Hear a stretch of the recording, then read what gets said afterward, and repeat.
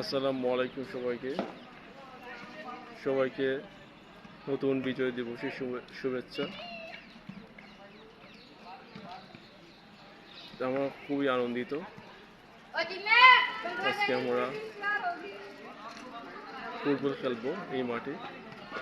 দেখেন মাটি খুবই সুন্দর মাঠ।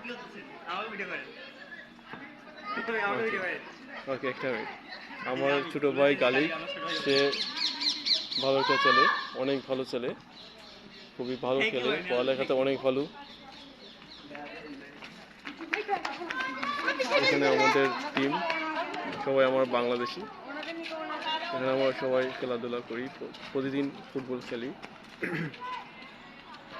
মাঠটা অনেক সুন্দর।